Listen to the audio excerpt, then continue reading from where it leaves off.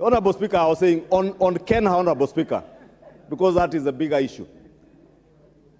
We cannot be committing public resources to construction of roads. And the engineers who design those roads know that they have designed a road that is going to touch on a particular land that belongs to members of the public. By the time they are committing a contractor, they must have made sure that the monies relating to land compensation have gone to NLC and the people compensated. Because we are also misusing and misappropriating public resources when contractors are penalizing the same Kenya for idle time because they cannot access the ground where they are to do a road.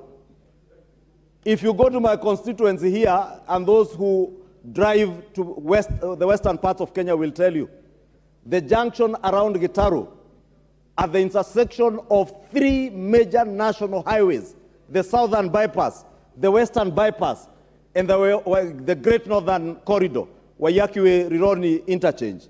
That interchange, Honorable Speaker, has stayed for like 4 or 5 years without being completed on account again of land compensation. And Honorable Speaker, the same thing with Kisumu, and the Honorable Junet will tell you, the Mamboleo Junction. Honorable Speaker, you must protect me from Honorable Junet. He's telling me to pronounce junction as Junction.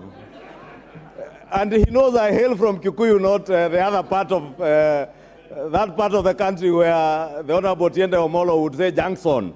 So the Mamboleo Junction has stayed, I think Mamboleo is close to 9 or 11 years, incomplete.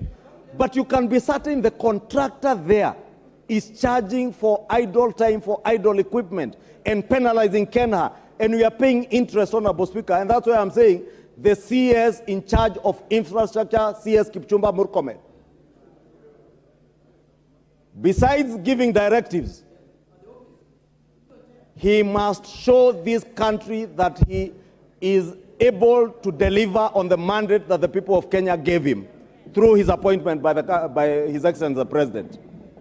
And he must begin with Kenya.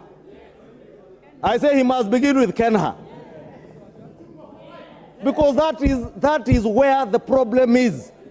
And I know they will hide behind, oh, we have not had resources, exchequer resources. If you look at the amount of money being wasted in what are called PBC contracts in Kenya, you'll be amazed. Contractors in Kenya and Kura are minting billions of shillings from taxpayers' money for sweeping roads and planting flowers. And these are facts, Mr. Speaker, Madam Speaker.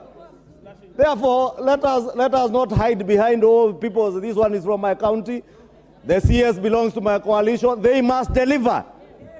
And none other than President William Ruto has said every public officer he has appointed to office must deliver services to the people of Kenya. And if you are holding public office to serve private interests above public interest, count your days. And let me speak to those engineers in Kenya. Start counting your days if you do not shape up.